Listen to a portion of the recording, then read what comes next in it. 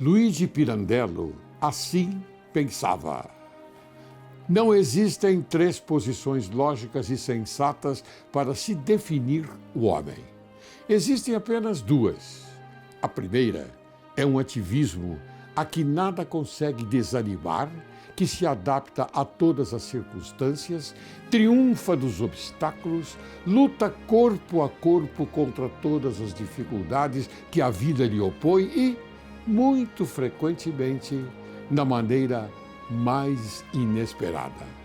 A segunda é a atitude de quem fica à margem da vida, de quem escolhe o papel de espectador. Pensem nisto.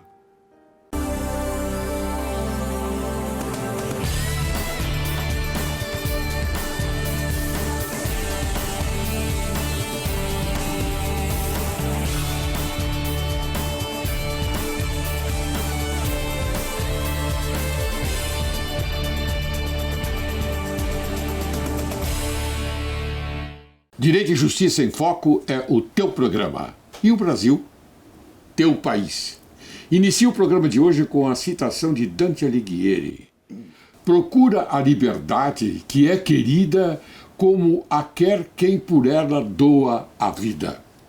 A discussão deste tema reúne a pretensão de fornecer subsídios às autoridades que comandam este país, na esperança de que esta contribuição estimule ao Estado composto pelas autoridades constituídas, notadamente o governo do Estado, visando ganhar maior interesse na proteção da sociedade brasileira e fortalecer a estrutura do serviço de segurança pública, das políticas públicas, da eficiência da prevenção e repressão aos crimes praticados à vontade pelos bandidos que instalaram no país e no estado de São Paulo a pena de morte na prática de suas ações criminosas contra o povo ordeiro e trabalhador.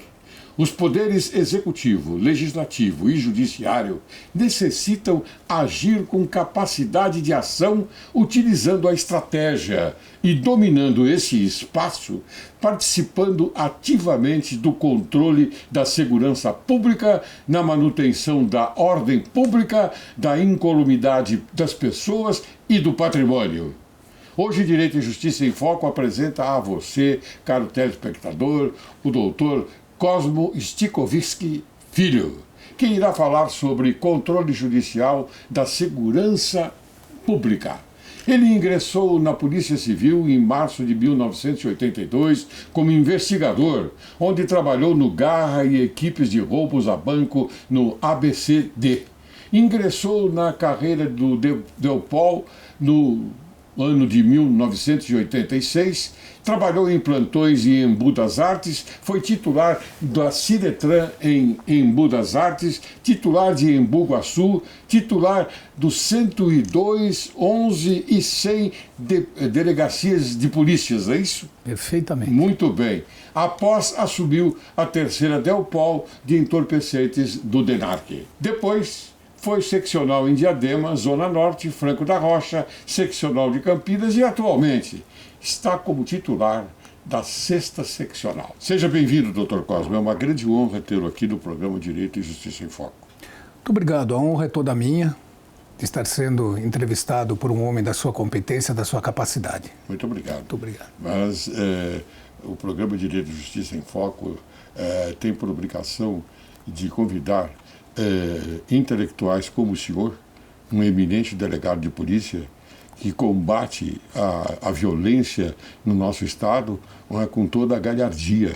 Isso é muito importante, porque a sociedade tem que conhecer as pessoas que a defendem, as pessoas que estão à mercê desta defesa e que estão escondidas. Elas não aparecem para a sociedade. Então eu fiz questão de convidar o senhor, inclusive graças à eficiência e à amizade que eu tenho com um grande delegado de polícia, que é o Dr. Marco Antônio Ascum. Então ele me indicou o senhor. Eu disse, por favor, traga esse moço aí que ele vai encantar Direito e Justiça em Foco. Viu? Muito obrigado. Quero agradecer a oportunidade, o que o senhor disse é muito oportuno. porque a população tem que realmente saber quem são os seus guardiões. Não é verdade? Sem dúvida nenhuma. Eu acho que é por aí, porque as pessoas, a mídia forte, doutor Cosmo, ela não irradia a multiplicação da evidência no sentido de informar as pessoas que lutam pela sociedade. Inclusive mostrar essas pessoas, conversar com essas pessoas. E eu estou tendo essa honra, essa oportunidade hoje de colocar a público, não é? A sua eficiência, porque nós vamos conversar sobre isso.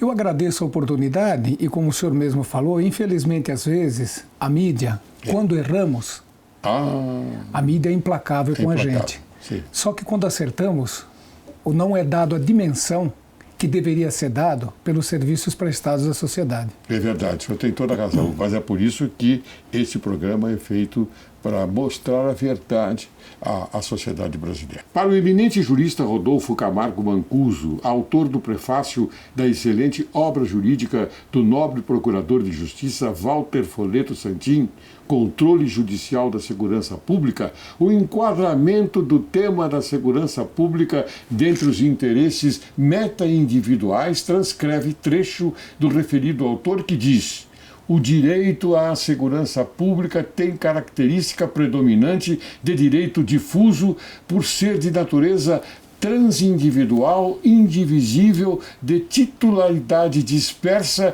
entre pessoas indeterminadas e ligadas, por circunstâncias de fato, no interesse geral de recebimento de proteção fornecida pelo Estado na manutenção da ordem pública e incolumidade das pessoas e do patrimônio. O que o senhor acha disso, doutor? Desta homenagem que eu estou fazendo ao Walter Folleto Santin? Olha, a homenagem... Que nós dois estamos prestando. Sem dúvida, ela é extremamente justa, não é? Porém, infelizmente, não é esse o retrato atual, né? Que o Estado deveria sim, ele tem o dever jurídico e constitucional de oferecer a proteção ao patrimônio e à incolumidade das pessoas. Mas, infelizmente, hoje, nós estamos vendo uma situação, um estado de coisas que o Estado não acompanhou a evolução dos tempos em relação à segurança pública e em relação ao crime. Hoje nós temos verdadeiras organizações criminosas que hoje têm uma estrutura empresarial. Hoje eles têm um caixa, eles têm os encarregados da arrecadação em determinada área. São gerentes do crime organizado, que são chamadas as torres das organizações criminosas. Por intermédio das torres tem todo um sistema de arrecadação dessas organizações criminosas, tá? Para manutenção, tá? Muitas vezes família desses que estão presos, manutenção de advogados. E, infelizmente, isso também desova na corrupção. Seja a corrupção dos agentes públicos, seja ele de todas as carreiras, não é especificamente uma ou outra. Infelizmente, hoje o Brasil está atravessando um problema muito sério em relação à segurança pública, que foi abandonado ao longo dos tempos. Sim, é muita violência, né? A violência ela vem se acirrando aos tempos, até por conta do que eu vejo hoje que o nosso ordenamento jurídico ele já não atende mais os anseios da sociedade. Sim. Ele não atende mais às necessidades nossas hoje. E há a urgência no sentido de mudar muita coisa no nosso ordenamento jurídico. Sim. Porque, infelizmente, às vezes, existem os achólogos, alguns que se dizem juristas sem nunca ter sentado no banco de uma faculdade de direito. A gente às vezes até brinca, na nossa instituição policial, que são aqueles ligados ao núcleo de estudo não sei aonde, o presidente da Associação dos Criadores de Saci, ou seja, todo mundo dá o seu pitaco em segurança pública sem ter o mínimo conhecimento. Claro. E são pessoas que são ouvidas. E a instituição policial, seja ela policial civil, seja ela militar, os braços de segurança pública, nós não somos ouvidos em absolutamente nada. Eu gostaria, o senhor tocou num assunto muito importante, mas antes de prosseguir neste patamar, eu gostaria de dizer o seguinte: o senhor deu aqui um depoimento sobre a indústria do crime. Porque é uma indústria dirigida por criminosos. Sem dúvida nenhuma. Que atacam, como eu disse na introdução, o brasileiro, aquele brasileiro ordeiro e trabalhador. Não é? Sem dúvida nenhuma, doutor. Inclusive, nós tivemos oportunidade de trabalhar efetivamente, comandando praticamente quase todas as operações dentro da capital e da macro São Paulo, quando teve aquele levante de uma organização criminosa em 2006. Sim, me lembro. Então, quando há algum comentário dizendo o seguinte, não, mas parece que vai ocorrer de novo, vai haver novamente, eu sou enfático em dizer, igual aquele levante que houve, nunca mais. Porque quando o Estado quer, ele é muito forte. É eficiente. E eficiente. A criminalidade perdeu muito ali. Então jamais eles irão brigar contra o Estado. Por quê? Porque eles pararam e começaram a analisar. Eles hoje têm uma visão empresarial. Então, se nós formos brigar com o Estado, o que vai acontecer? Polícia, muita polícia na rua, né? Muitas abordagens, né? Muitos bloqueios. Então, o que acontece? A criminalidade tende a parar suas atividades. Aí vai falar, mas por que não faz isso sempre? Porque não há uma estrutura para fazer isso sempre. Não há uma estrutura, né? Não há para fazer isso sempre, não. Porque naquela oportunidade, uniu-se todas as unidades policiais, não só os policiamentos de área, e sim todas as unidades policiais, num só propósito, que seria sufocar aquele movimento. Só que eles perceberam o seguinte, né? Isso aí não é bom para nós, não é bom para os negócios. Então hoje, essas organizações criminosas, eles se acham empresários. Quer dizer que a ganância está em primeiro lugar. Mas não tenha dúvida disso. E não tenha dúvida. Eles hoje têm uma visão empresarial. O senhor vê que algumas organizações criminosas que eram circunscritas à capital do estado, ou até em alguns bairros, hoje elas já estão em outros países. Embora próximos do Mercosul, mas estão, inclusive no Paraguai. E eles têm até um tribunal, não é? Eles têm sim. Chama-se o Tribunal do Crime. Tribunal do Crime, justamente. Esse Tribunal do Crime, né, eles mesmos julgam, eles mesmos condenam e muitas vezes, dependendo da infração que eles julgam, eles executam os seus próprios membros ou pessoas da sociedade. Então eles estão acima do Estado. O seu depoimento é excelente porque a sociedade tem que se conscientizar deste momento de violência que nós estamos vivendo e desse status, quer dizer, status do crime. Então, isto é muito importante. O senhor que tem muita experiência, o senhor já foi, já está na polícia já há muito tempo. O senhor pode nos informar algum fato que o senhor destaca como de altíssima violência, como de altíssimo cuidado e de altíssima preocupação para a sociedade? Olha, hoje praticamente, né, fatos de extrema violência são esses grupos organizados que promovem assaltos a caixas eletrônicos. São verdadeiros pelotões de homens, né? São verdadeiros pelotões. Sim, né? São praticamente 20, 30, 40 homens fortemente armados, hoje a maioria utilizando veículos blindados, onde eles colocam muitas vezes, adaptando um armamento pesadíssimo, que são essas metralhadoras .50, que derrubam helicópteros, derrubam aviões, né? Um tiro desse tipo de armamento, ele arrebenta qualquer veículo policial e numa distância miseravelmente de 800 a 1.200 metros, que é a distância útil para uma arma dessa atingir. Então o indivíduo é pego a 1.200 metros, a 1,2 km, tá? Ele pode ser alvejado, pode ser atingido. Então o que ocorre? Eles usam explosivos, dinamite, explosivo C4, e eles explodem sem o mínimo critério que isso pode abalar uma estrutura de uma outra casa ou pode estar passando alguma pessoa na rua. E quando a polícia chega, eles reagem de uma forma muito violenta, né?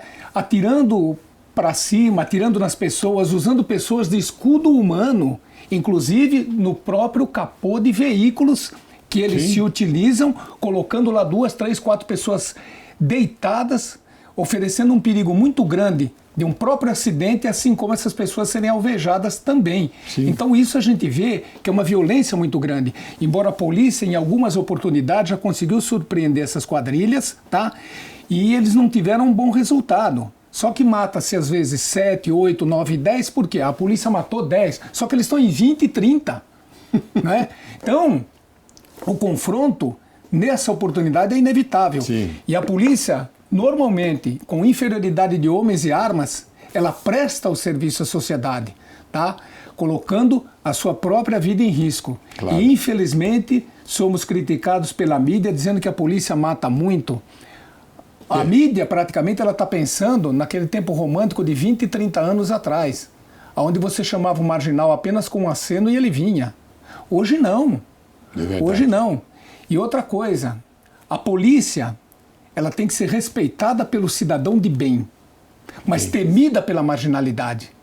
Tá? A marginalidade nunca respeitou a polícia, eles temiam a polícia. Hoje eles perderam o medo. Né? Eles perderam o medo. Mais fortes?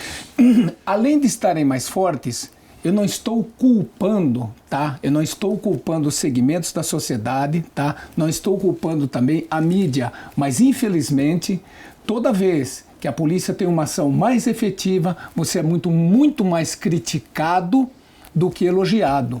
Né? Então, isso, o que acontece? Isso vem favorecer, vem dentro dos integrantes dessas organizações, eles se sentem fortalecidos. Pois é, doutor, o senhor, com a sua delicadeza, com a sua exposição belíssima aqui no Direito e Justiça em Foco, hoje conversando conosco e com a sociedade brasileira, o senhor coloca de uma forma bastante real aquilo que está acontecendo. Então o senhor nos passa uma ideia de que a polícia está desarmada, de que a polícia não tem a mesma qualidade de material ofensivo como tem os bandidos. É isso, doutor? Sem dúvida nenhuma. Nós não temos nem material humano e nem permanente. Mas não podemos... Material ofensivo como armas. Sem dúvida armas nenhuma. Poderosas. Sem dúvida nenhuma. E nós não podemos culpar esse governo, o outro, sim, o outro, sim, o outro, sim. o outro, o outro.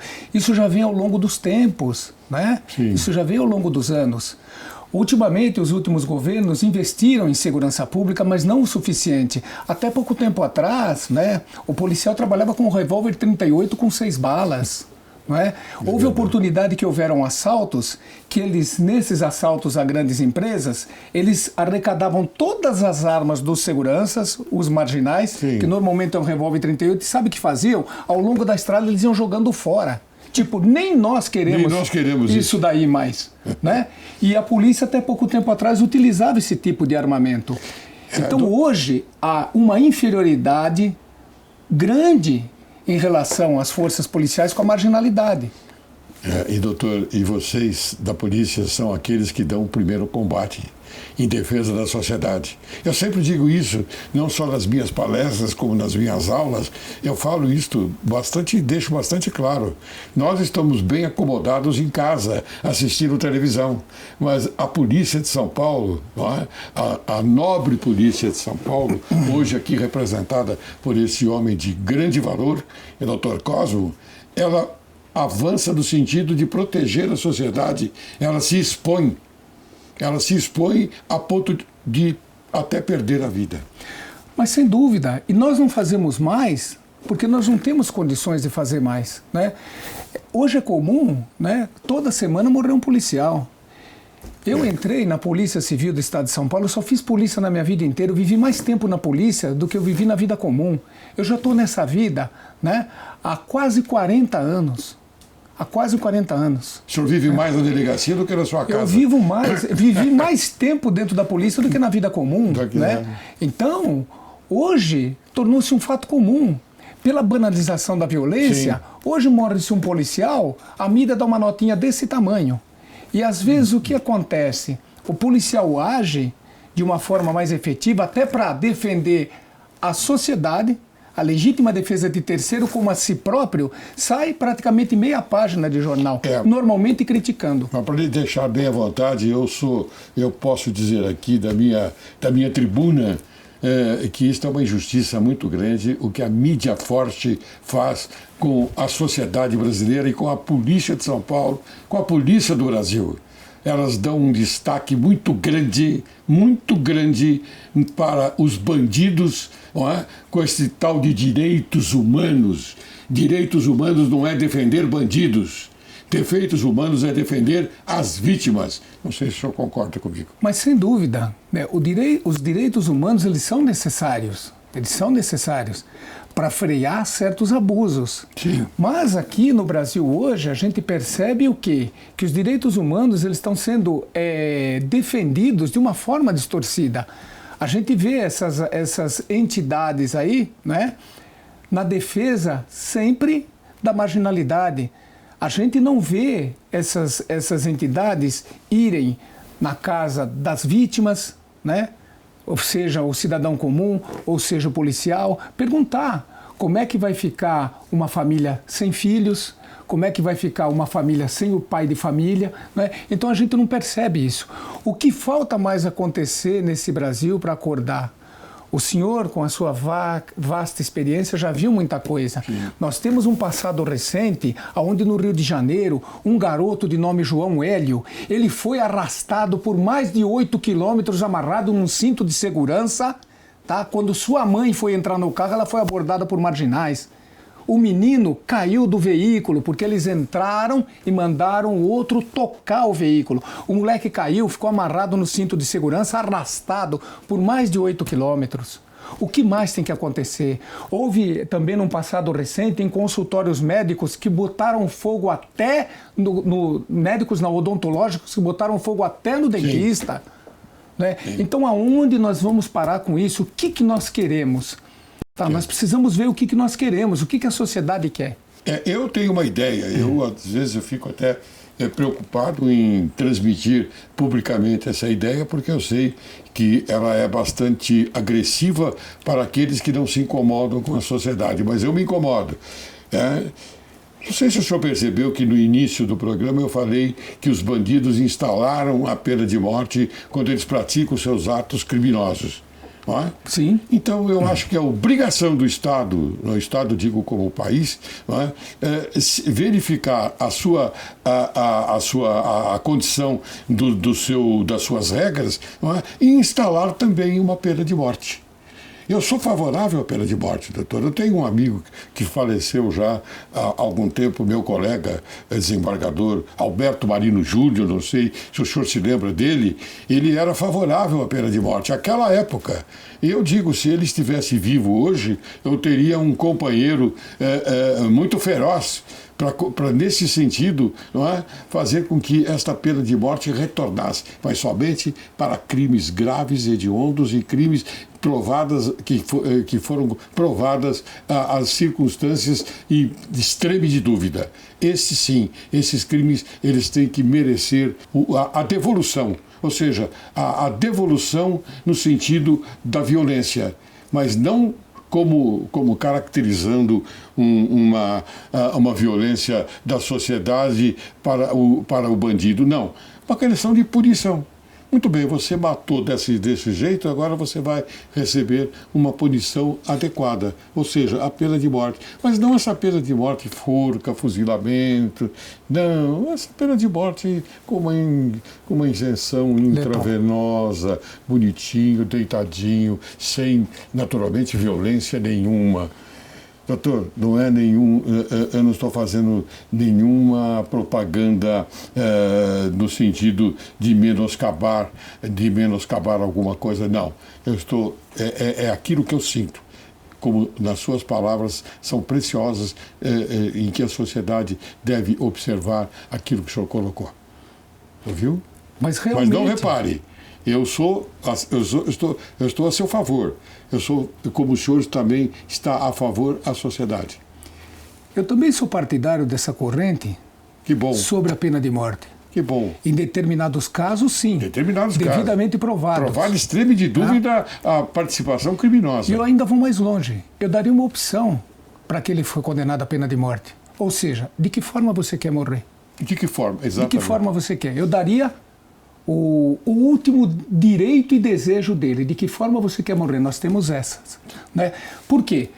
Para que sirva de exemplariedade para que os outros, sim, que pretendem praticar crimes dessa natureza, tá? Que sirva de freio e contrapeso. Para ele verificar que a resposta ele terá.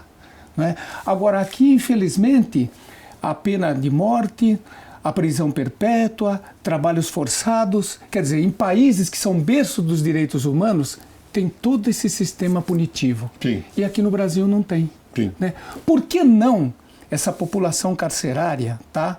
Que no estado de São Paulo passa de 6.500 presos, por que não coluna penal agrícola todos eles? Sim, essa seria uma forma de punição. Coluna penal agrícola todos eles, tá? Em fazendas, né, monitoradas, onde eles possam plantar para si próprios e para os órgãos públicos, escolas estaduais. Para se sustentarem também. Perfeitamente, para si próprios e outras, escolas estaduais, escolas municipais, merenda escolar, plantar, pintar prédios públicos, né, carpir ali os matos de estrada, conservação de estradas. Você não precisaria contratar tanta mão de obra, você economizaria. Né? Tá? Você economizaria essa mão de obra toda nessa laborterapia, nesse trabalho, que ele não ficaria ocioso e utilizando o critério da remissão de pena. Da remissão de pena. Perfeitamente. Isso, cada dia trabalhado, ele pode remir 3 dias na sua pena. Né? Mas ele se torna produtivo. Sim. Né? Teríamos que fazer, então, um aperfeiçoamento da lei penal, da lei processual penal. Doutor, eu vou chamar um pequeno intervalo e depois nós vamos continuar com essa conversa maravilhosa. Vamos ver se a gente consegue fazer com que a sociedade entenda que a gente não quer agredir ninguém com as ideias que a gente coloca, mas que dá vontade de você instalar também a pena de morte, dá. Mas esse seu posicionamento agora, com esta fazenda, com esse setor agrícola, seria maravilhoso também. Você aguarde que logo, logo retornaremos.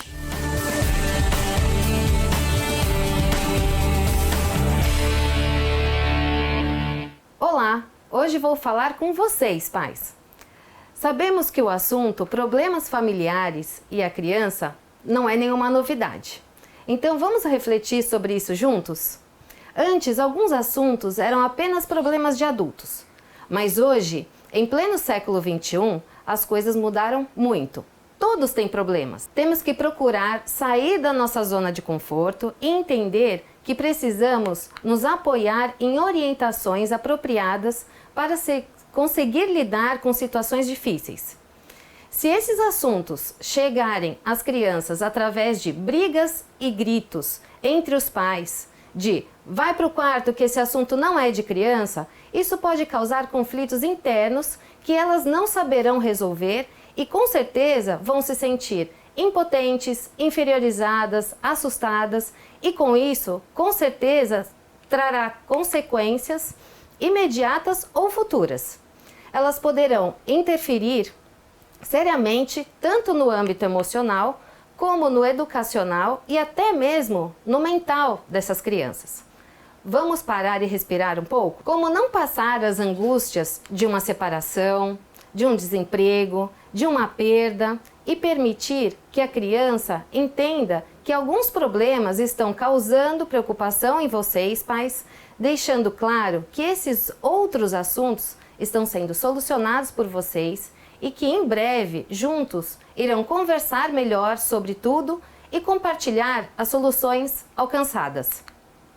Assim, assuntos de família sempre poderão ser compartilhados de uma forma mais suave e compreensível, porque são da família e da criança. Existem inúmeras técnicas que auxiliam os adultos a se entender melhor e a identificar algumas barreiras que poderão ser superadas. O coaching ainda é pouco compreendido pelas pessoas e, no entanto, pode auxiliar você a tornar essa jornada com os seus filhos bem mais suave e gratificante. Caso queira entender melhor e saber mais sobre esta importante ferramenta de melhor viver, pergunte, estarei à disposição para responder as suas dúvidas. Obrigada e até o próximo programa.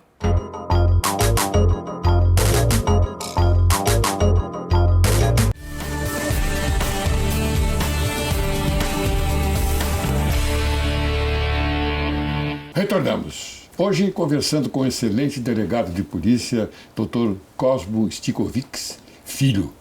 Então, doutor Cosmo, eu gostaria que o senhor me apresentasse um encontro de solução para determinados casos. Então, sob a égide da prevenção e repressão aos crimes praticados, não haveria possibilidade de um intercâmbio entre as polícias e a atuação das Forças Armadas para o cumprimento de mandados de prisão e fiscalização de condenados de altíssima periculosidade? Seria muito interessante. Sim. Né?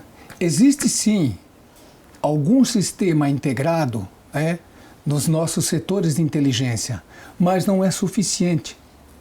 Não é suficiente para essa finalidade. Sim. Inclusive, o senhor tocou num assunto muito importante sobre as Forças Armadas. Eu acho que as Forças Armadas, elas deveriam agir mais efetivamente nas fronteiras do Brasil.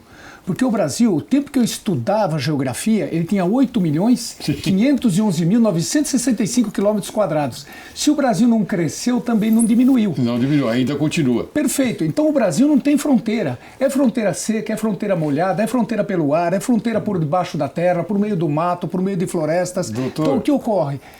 Entra tudo no Brasil. Isso. Entra droga, entra armas. As armas perigosíssimas. Armas perigosíssimas. Claro. Né? Entra tudo no Brasil. Falta de fiscalização efetiva nas fronteiras e também no ar. Porque nós temos a lei do abate. O senhor soube de algum caso que algum caça da Força Aérea derrubou algum avião? Não. Porque apertar o botão e lançar um míssil é uma responsabilidade muito grande. Então a gente vê muitos governantes hoje, né, sem críticas a esse ou aquele, claro, que se elegeram sobre a égide da segurança pública. Uns dizem que tem que matar, outros têm que matar, essa coisa toda. Só que quem nos julga não é o presidente nem os governadores. Nós somos julgados por um poder judiciário e acusados por outro poder. E tem que continuar assim, porque o poder judiciário é sério. Justamente. Então tem que haver essa divisão de poderes. Né? Não pode concentrar poder na mão de um único, senão ele se torna um déspota. Claro, não é? Exatamente. Então, o que ocorre? As Forças Armadas, elas teriam que exercer efetivamente sua atribuição.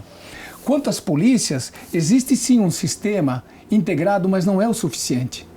Não é o suficiente. Precisava dinamizar isso e mais investimentos nesses setores para que nós pudéssemos, né, saber o que uma polícia tem e a outra também. Um único banco de dados. Seria também muito pertinente para esse momento. Seria interessante para o Brasil, porque o Brasil é grande. Não é? Sem dúvida. E o importante é o combate à entrada de armas. Tanto armas quanto drogas. Porque uma coisa financia a outra. É uma coisa, aliás, estão ligados, né? Há uma interligação entre armas e drogas. Né?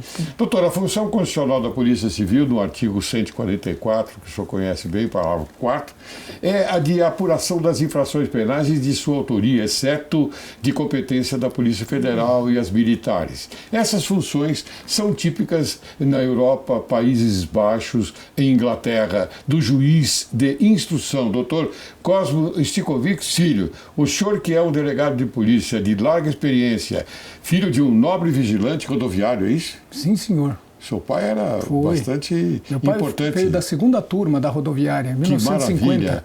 Então, e desses primórdios da fundação da cooperação, é isso? Da Polícia Rodoviária? Da Polícia Rodoviária. A Polícia Rodoviária pertenceu ao DR, ela foi fundada em 1947. Olha que maravilha. Com os que vieram da Segunda Guerra Mundial. Isso, muito bem, muito bem.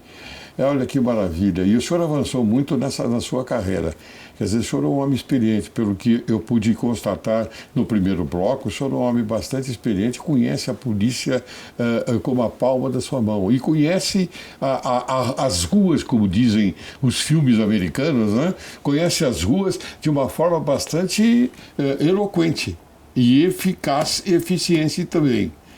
Então, eu quero que o senhor lhe diga o seguinte: o senhor deve estar lembrado daquela época em que Nova York sofria de um problema muito sério de segurança. Aqui nós tínhamos a Lei 9.099/95. E lá em Nova York nós tínhamos esta balbúrdia tremenda que foi naturalmente coibida por um grande prefeito, não é? Giuliani, se não me engano. Sem dúvida, o prefeito Rodolfo Giuliani. Tolerância zero. Tolerância zero. Fale alguma coisa sobre isso.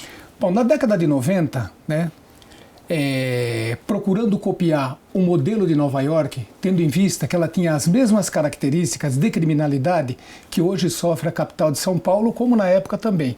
Então foram mandadas comissões para Nova York para serem recebidas pelo prefeito Rodolfo Giuliani, de oficiais de alta patente da Polícia Militar, como delegados de polícia dos altos escalões também. O senhor participou?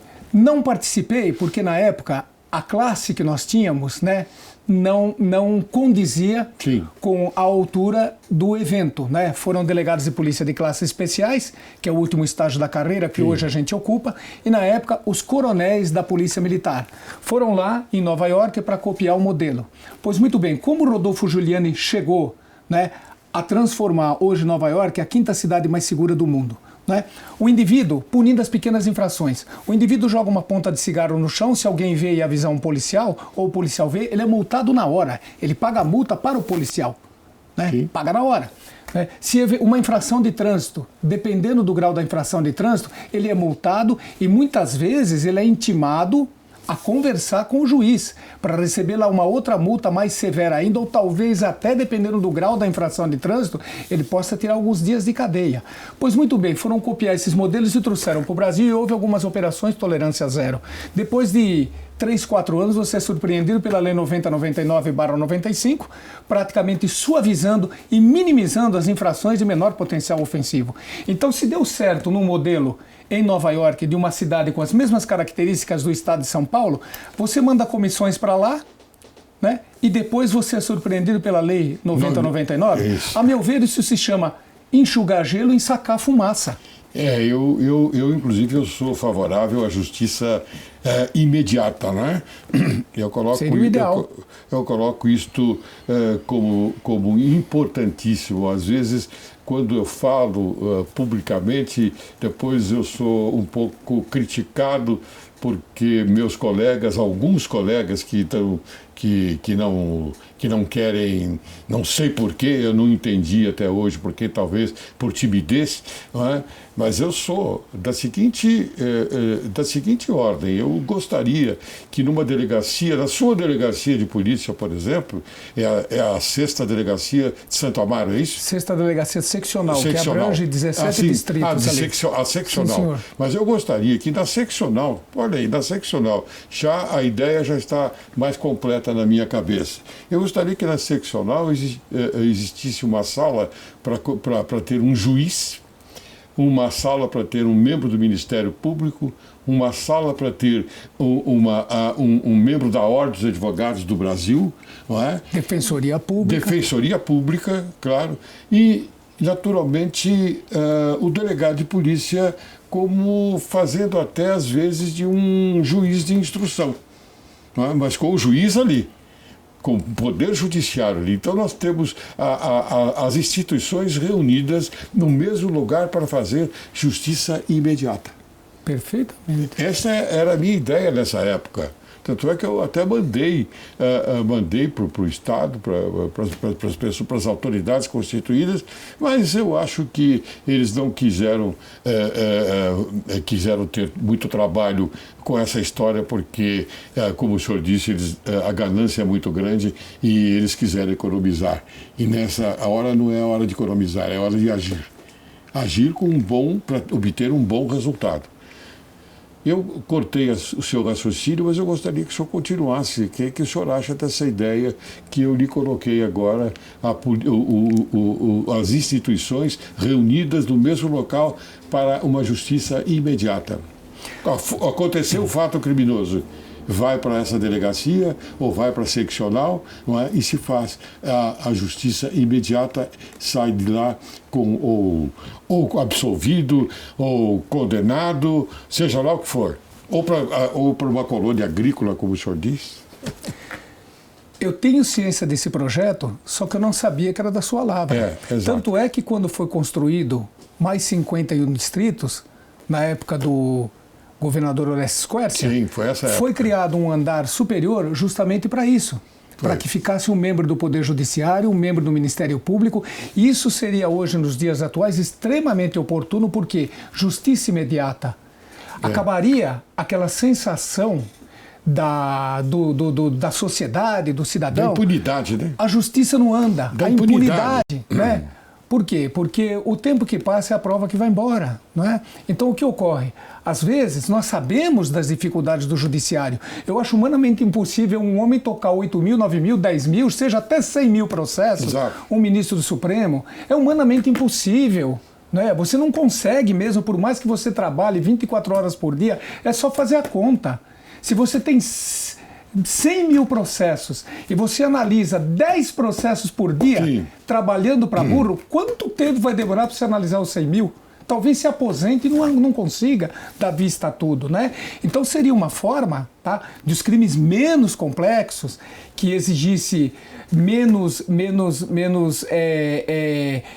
trabalho, seja do Poder Judiciário, os menos complexos, então já fossem julgados imediato. O indivíduo já saía condenado, absolvido ou afiançado. Afiançado, Né? claro. Imediatamente, né? Com a devida penalidade, ou que seja uma pena de reclusão, detenção, prisão simples, multa, ou uma pena alternativa, uma restritiva de direitos, por exemplo, ou coisa do gênero. Né? Seria o ideal, sim, para os dias atuais. Sim, sim. Eu acho que tem condições de fazer, basta o quê? Como sempre, vontade política de fazer.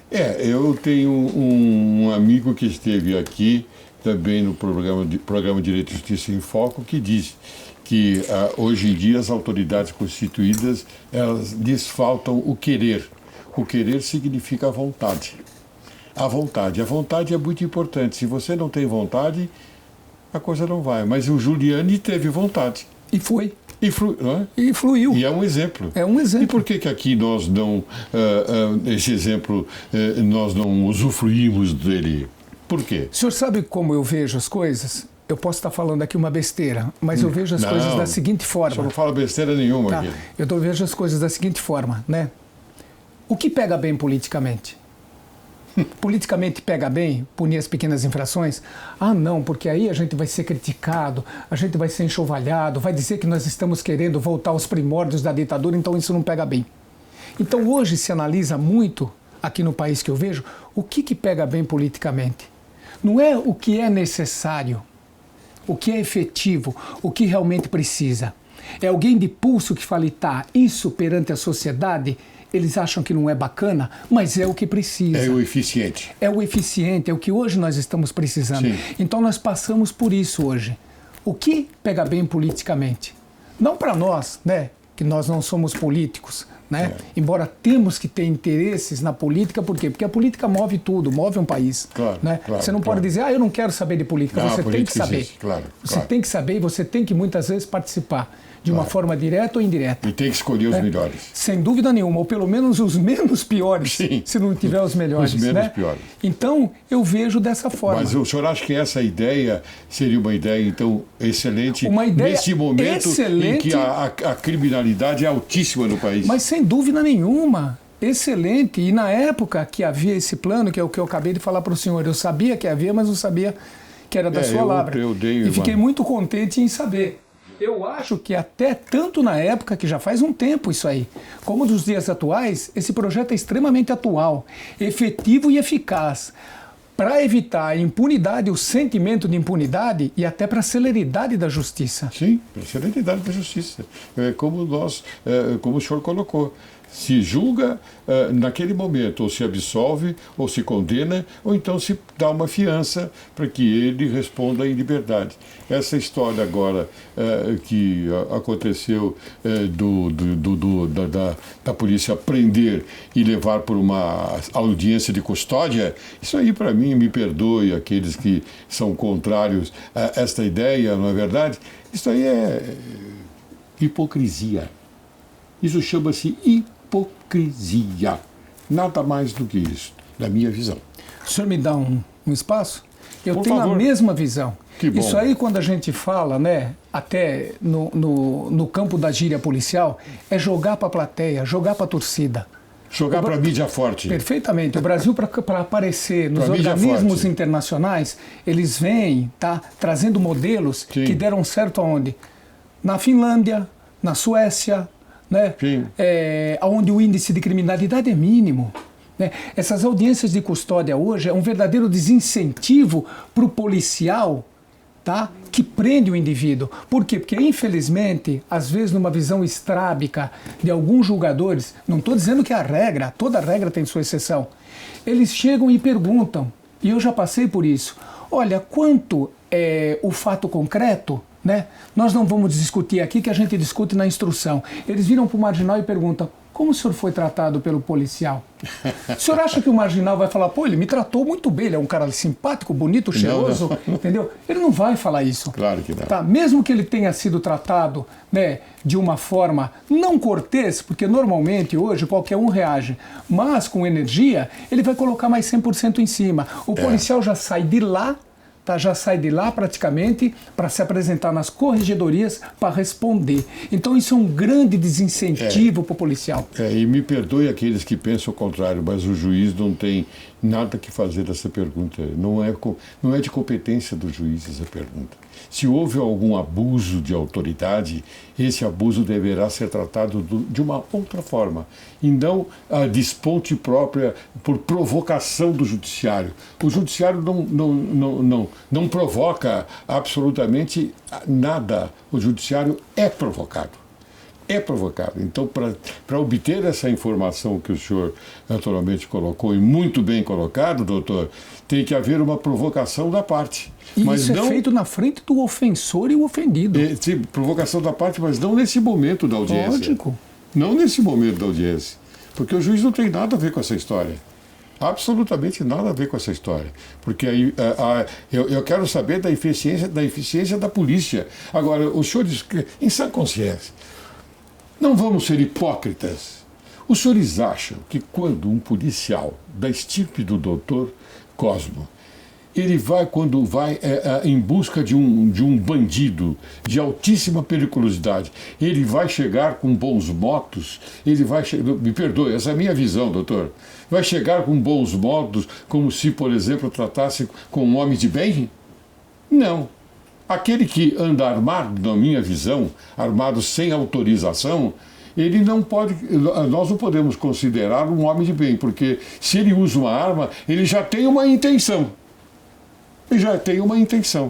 Eu digo aquele que não está autorizado. Porque aquele que está autorizado, eu não falo absolutamente nada. Mas eu acho que, então, a gente deveria pensar dessa forma. Vamos, por favor, autoridades constituídas, vamos nos apressar, porque a criminalidade está altíssima. Doutor, eu estou errado, eu estou certo, me diga. A criminalidade não está altíssima? Mas o senhor está corretíssimo. Tá? Isso está aí à vista de todos, né? Tudo quanto é manchete, imprensa escrita, falada, televisada, a toda hora, nesse momento que nós estamos conversando aqui, quantos crimes, inclusive hediondos, já ocorreram? Não é? Por quê? Esse sentimento de impunidade, né? Esse sentimento de deficiência do Estado, seja ele Poder Executivo, Legislativo e Judiciário, né? Fomenta cada vez mais o aumento dessa criminalidade. Sim, né? Sim. Embora, logicamente, que a gente sabe que a criminalidade não é só um problema de segurança pública. Isso também tem um cunho social muito grande. Mas nós não nos lidamos com a causa, nós lidamos com os efeitos. As causas, nós sabemos, né, que poderia haver uma melhor educação, uma melhor distribuição de renda, mas isso não compete à polícia. A polícia lida com os efeitos. Isso mesmo. E hoje nós não temos condições hoje de combater os efeitos nefastos da criminalidade. Nós estamos aquém, tá? Aquém de prestarmos uma satisfação efetiva para a sociedade. Nós estamos aquém, principalmente, tá? Pelo nosso ordenamento jurídico hoje muito ultrapassado. Muito ultrapassado. Nós estamos vendo o ministro hoje da Justiça, né? Nossa. O ex-juiz Sérgio Moro, nosso para querido provar juiz Sérgio Moro. 3 ou 4 projetinhos, a polêmica que se dá. Mas a mídia forte que está aí. Então, dizendo que um dos projetos é autorização para o policial matar. Não existe isso. Não existe. É só o indivíduo ler o projeto.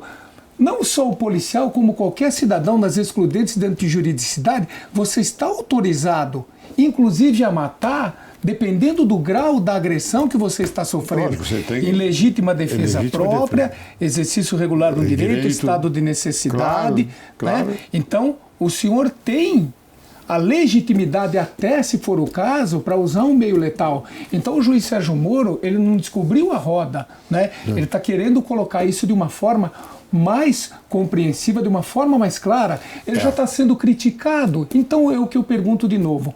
O que esse país quer em matéria de segurança pública? Muito bem, doutor. Nós esperamos que alguém tenha a coragem. Eu digo coragem porque é necessário ter coragem, não é só vontade, não.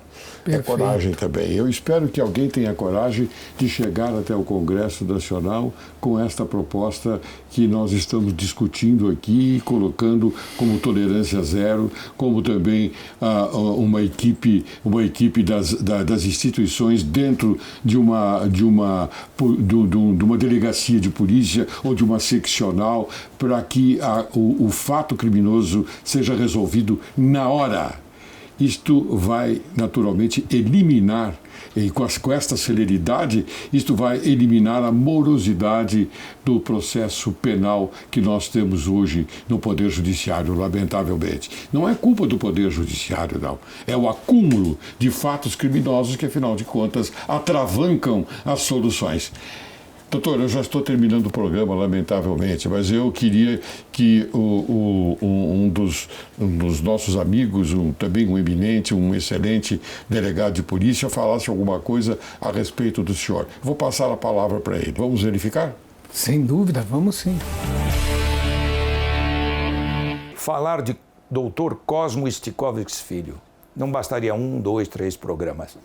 É um colega, delegado de polícia, de larga experiência, muito competente, eficiente e prático, no sentido de proteção dos direitos fundamentais da pessoa humana. Porque muitos pensam que o direito penal é um direito que não é uma garantia, mas é a maior proteção dos direitos humanos. Dr. Cosmo Stikovitz, com a sua larga experiência sucessória, onde ele chega, ele põe ordem, respeito e, além de tudo, humano, porque ele impõe limites e virtudes. Portanto, quem ganhou foi o programa Direito e Justiça em Foco, trazendo uma autoridade que realmente é a solução para os direitos do cidadão, a segurança a serviço do Brasil. Bem, doutor, depois então de ouvirmos estas brilhantes palavras do eminente culto delegado de polícia, doutor Marco Antônio Ascul, eu quero fazer uma entrega de um livro para o senhor. Não é lá uma grande obra jurídica, não, mas é da minha autoria, uma tradução que eu fiz do Crime Complexo de Silvio Ranieri, e foi editado pela Quartier Latin. Aqui está mais ou menos alguma coisa que eu posso hoje, humildemente, oferecer para o senhor. Olha, é motivo até de emoção. Muito obrigado. Receber do senhor, né? Um homem de notável conhecimento jurídico, tanto é que chegou ao máximo da carreira da magistratura, e tenho absoluta certeza, como o senhor falou, que é uma obra singela, muito pelo contrário, né? Eu não me considero nenhuma capacidade, nem um jurista, eu sou um curioso no campo jurídico, mas tenho certeza que esse livro, para mim, vai aumentar o pouco de conhecimento que a gente acha que tem. Muito obrigado, Muito doutor. Obrigado ao senhor. Muito uma obrigado. grande satisfação em ter debatido esse assunto com o senhor. Muito obrigado mesmo. Isso vai engrandecer muito a minha carreira e o meu currículo. Muito obrigado. Grande honra. Mas antes de encerrar o programa, eu quero algumas palavrinhas sobre as suas considerações finais. Rapidamente. Bom, o que nós temos para falar, né? A necessidade, urgentemente, de uma união de forças. Não só polícias, né?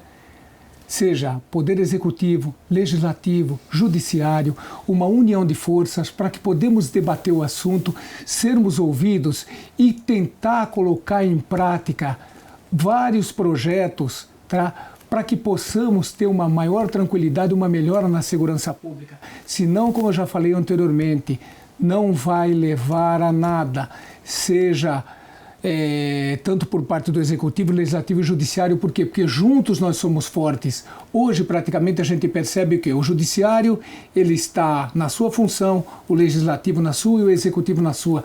Precisamos unir força, porque só com a união nós vamos ter condições de combater essas organizações que se fortalecem cada vez mais. Eu digo sempre o seguinte: o cidadão de bem, ele não se une. A marginalidade se une. Tanto é que as organizações vêm aumentando. É bom os senhores pensarem nisso. Muito obrigado pela oportunidade. Muito bem, doutor Cosmo, eu fico bastante agradecido mais uma vez pela sua presença aqui no programa Direito e Justiça em Foco. Eu espero que o senhor retorne mais quando o senhor quiser. Quando o senhor tiver qualquer novidade, por favor, se comunique comigo, porque aí a gente já monta um programa para que a gente possa passar para a sociedade, porque a sociedade é carente. Ela não tem essas informações que o senhor trouxe hoje. Não tem. Não tem, porque há uma carência proposital, coartada pela mídia forte. Eu não sou mídia forte. Aqui no meu programa eu não tenho nem patrocinador, doutor. Graças a Deus. Por isso que eu posso falar as verdades. E aqui nós só falamos a verdade. Encerro o programa de hoje com as sábias palavras de Maquiavel. Da tirania nasce regularmente o governo livre, assim como do abuso da liberdade nasce sempre o despotismo.